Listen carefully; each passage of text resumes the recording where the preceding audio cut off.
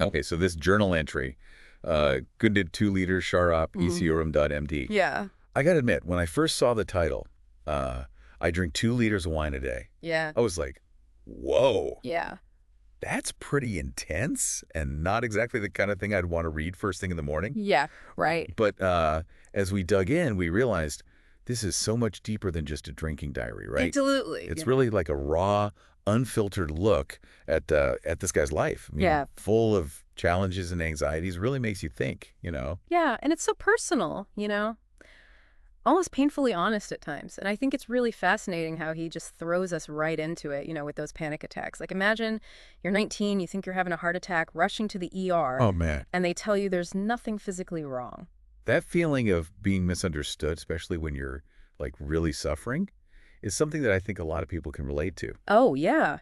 And he talks about how dismissive those first healthcare professionals were, and how that just made him feel like even more alone. Right. And then that feeling of isolation just gets worse when he tries to explain it to his friends and family. Right. They care, obviously, but they just don't get it. It's like he's trying to describe color to somebody who's never seen anything but black and white. It's like talking a different language almost. Yeah, exactly. And then out of desperation, he turns to medication, right? Mm, Xanax and Anafranil. heavy stuff. Yeah, and even that comes with a whole new set of struggles. He describes those intense side effects, especially that first week. Yeah. And he didn't really have much guidance from his doctor, which probably made things even tougher. It's tough, and I think it's a real reminder of how difficult navigating mental health can be, especially when you're young and you just feel like you're on your own. Totally, yeah, Trial by fire. yeah.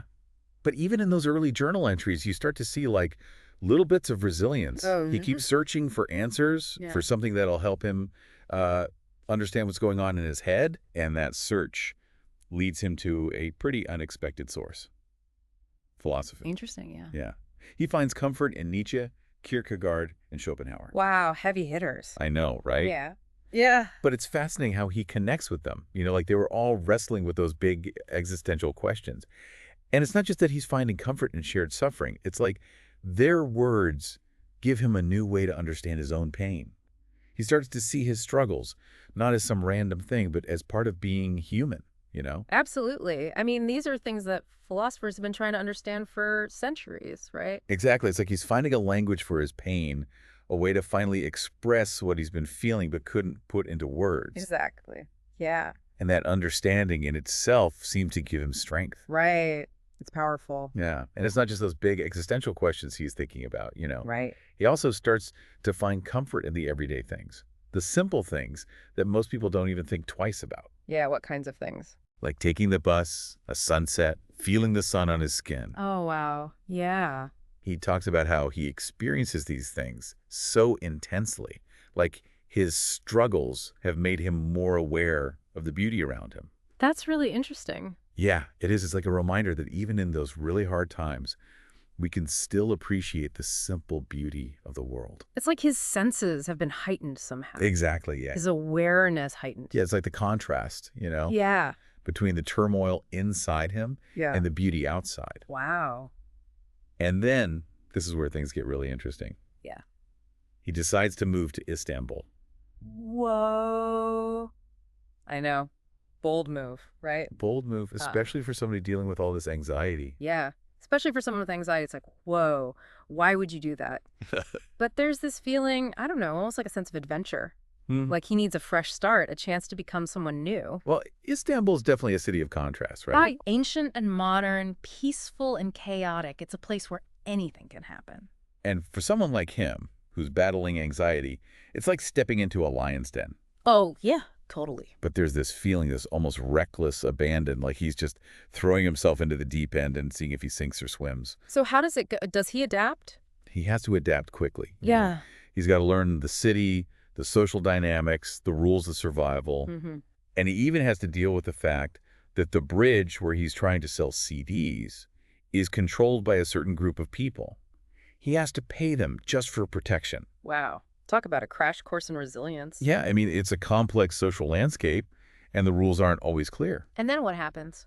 Well, he gets arrested. Busted. Yeah, he's caught selling those CDs without a permit. Oh, no. So he's in a situation that could easily spiral into a panic attack. Oh, yeah. But something unexpected happens. Two police officers, they see how distressed he is, and they actually show him compassion. Yeah. They help him through the process, even give him advice on how to avoid getting in trouble again. That's amazing. What a reminder that kindness can come from the most unexpected places. Totally. And it reinforces this idea that resilience isn't just about being tough. It's also about recognizing when you need help and accepting it, even if it comes from somewhere you wouldn't expect. That's powerful. This experience seems to be a turning point for him. He starts to see Istanbul not just as this crazy, unforgiving city, but as a place where human connection can actually flourish. Yeah, and that perspective shift, I bet it makes a huge difference. Oh, yeah, it does. And he combines that new outlook with his natural resourcefulness. And he not only survives, he thrives. Amazing. So what does he do? He meets this silver shop owner, learns the CD business, and eventually even becomes a successful programmer and software provider. What? I know, right? That's incredible. It's like watching a flower bloom in concrete. He's not just adapting to his environment, he's using his skills to create new opportunities for himself. It's a real testament to his ability to bounce back and find his footing. And that resilience, that ability to bounce back, it takes him on his next adventure. His tech skills land him a job at this newly opened internet cafe. An internet cafe. Yeah, which will give him a whole new perspective on human behavior and this whole online world that's just starting to explode. That's fascinating. I can't wait to see where that takes him. It's a wild ride.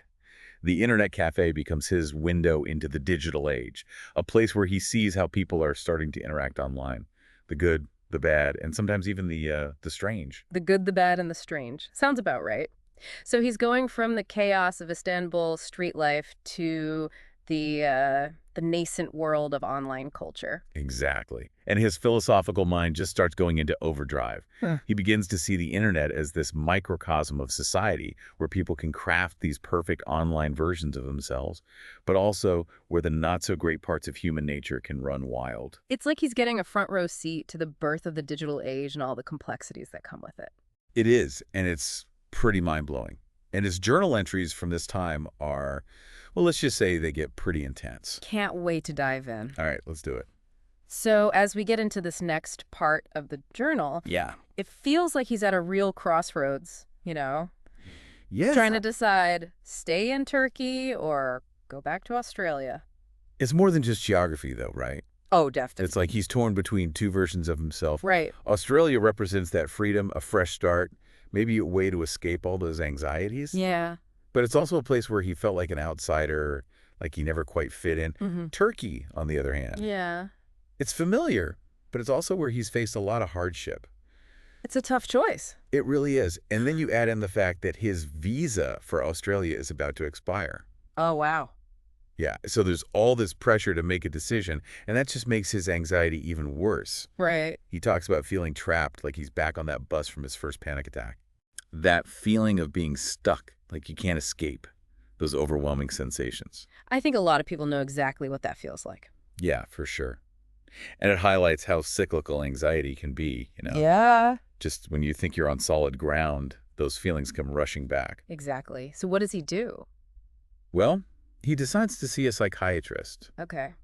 but instead of getting the help he needs, Yeah. he's met with total indifference. Oh. The psychiatrist basically tells him if you have money, you can be hospitalized. If not, tough luck. Wow. Can you imagine? It's heartbreaking, right? To be so vulnerable and just get shut down like that. I know, and you can see how it just pushes him further into cynicism and disillusionment. Mm. Like he starts to see the whole world through this darker lens, Yeah. questioning everyone's motives. Yeah. And that cynicism, it even extends to how he views relationships. How so?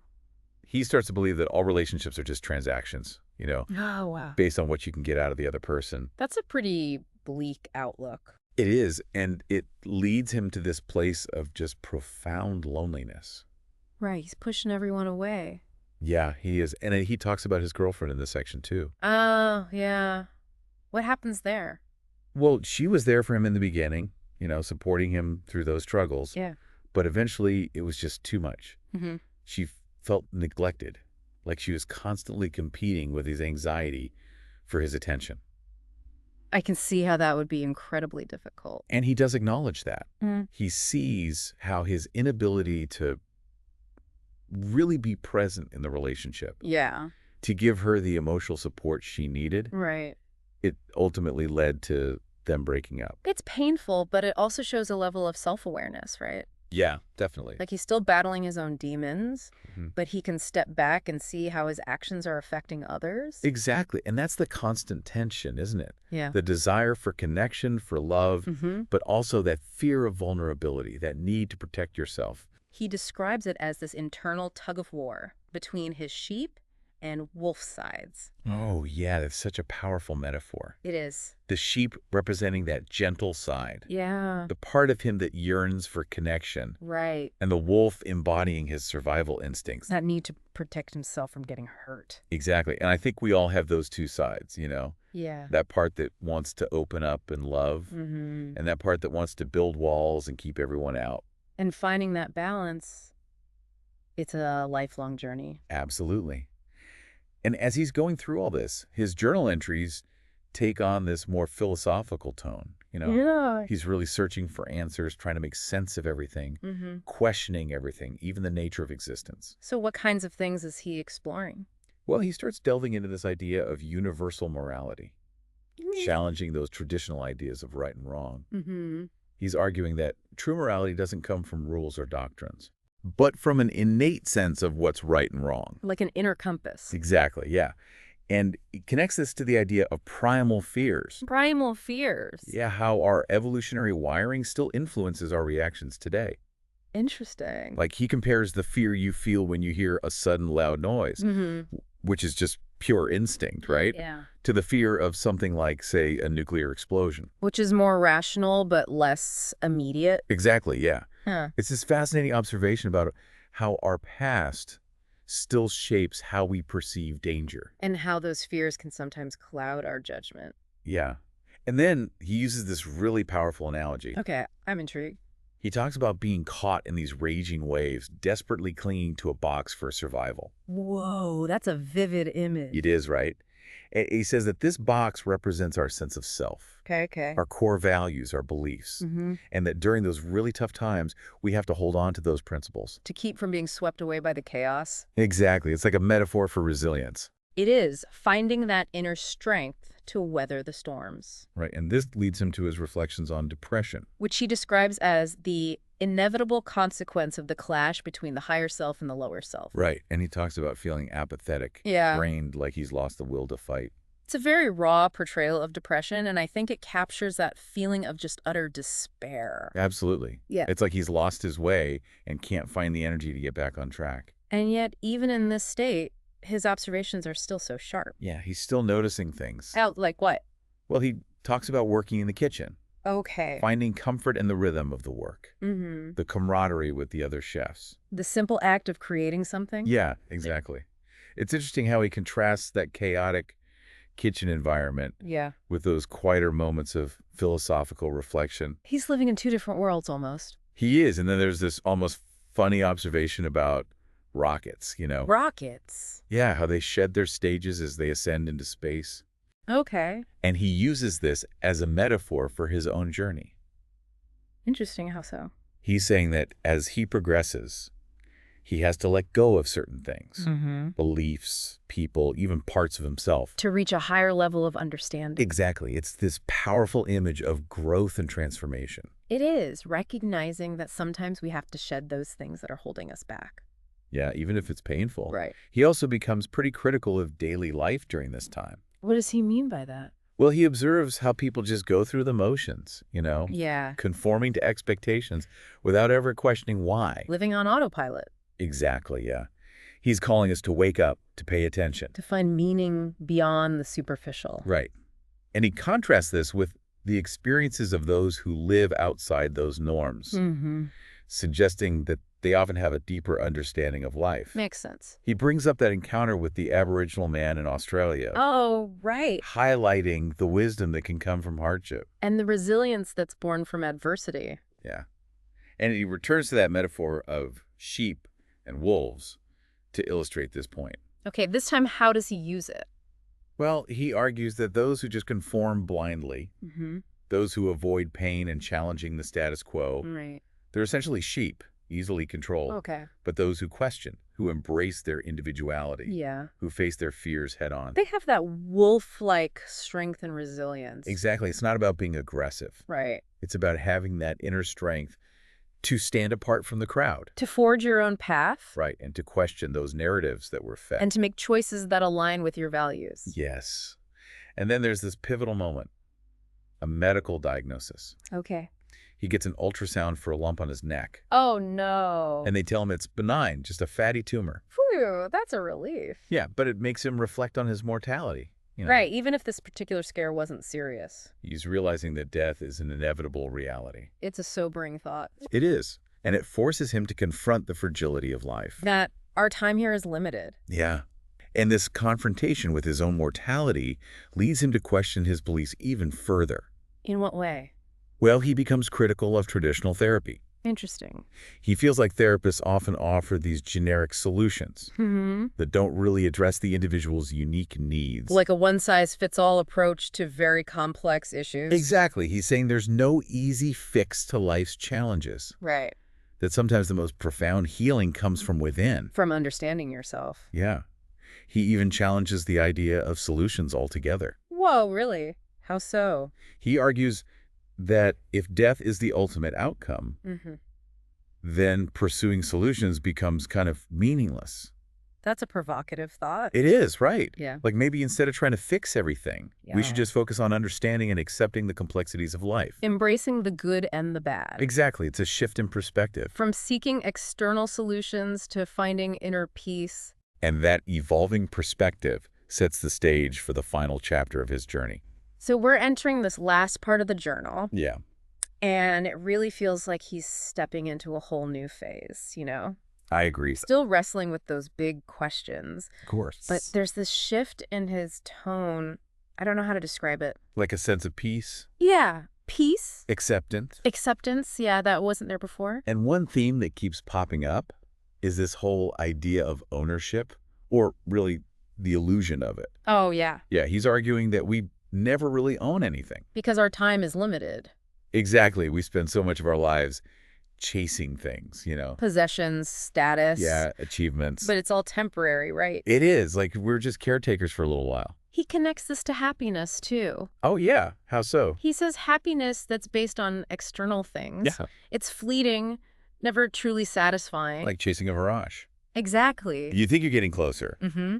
but it's always just out of reach. He makes a distinction between that kind of happiness Yeah. and a deeper sense of contentment, Which comes from? recognizing that everything is impermanent Mm-hmm.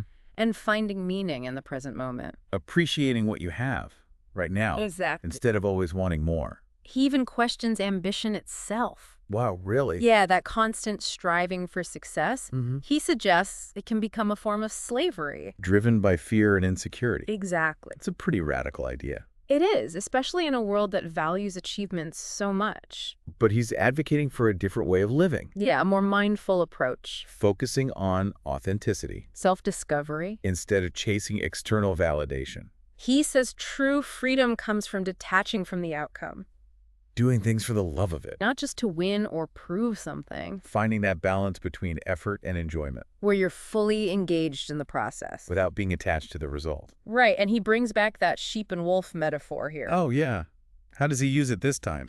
He says people who lack self-awareness, Hmm. they're like sheep, easily manipulated. Because they don't understand their own motivations. Exactly, but those who cultivate self-awareness, Yeah. who confront their inner demons, They have that wolf-like strength. discernment, independent thought, It's about thinking critically, questioning the narratives, making choices that align with your values, not just blindly following the crowd. becoming the author of your own story. And as his journal entries are coming to an end, Yeah. there's this moment he describes. Okay, what happens? He's on a road trip with friends in Australia. Mm-hmm. They're in this remote area surrounded by these vast landscapes. Wow. And he feels this deep connection to nature. Like a spiritual awakening almost. Yeah, a sense of awe and wonder that just washes over him. And all those anxieties, those fears, Yeah. they just fade away. It's like he's finally able to let go and just experience the beauty of the world. He realizes that true happiness, Yeah. it's not about possessions or validation. It's about connection. Connection to nature, to other people. to something bigger than ourselves. And I think that's the essence of his story. It really is a testament to our ability to find meaning, even in the darkest times. His journey reminds us that resilience isn't about being invincible, It's about embracing our vulnerabilities, confronting our fears. keeping searching for meaning, even when things are tough, It's a call to action, to question the world, to embrace our individuality. to never stop searching for our own truth. So, as we wrap up this deep dive, we want to leave you with this. What are the sheep and wolf aspects of your own personality? How do they shape your journey? And how can you cultivate that inner strength That wolf-like resilience. to navigate life's complexities? And find those moments of connection that make it all worthwhile.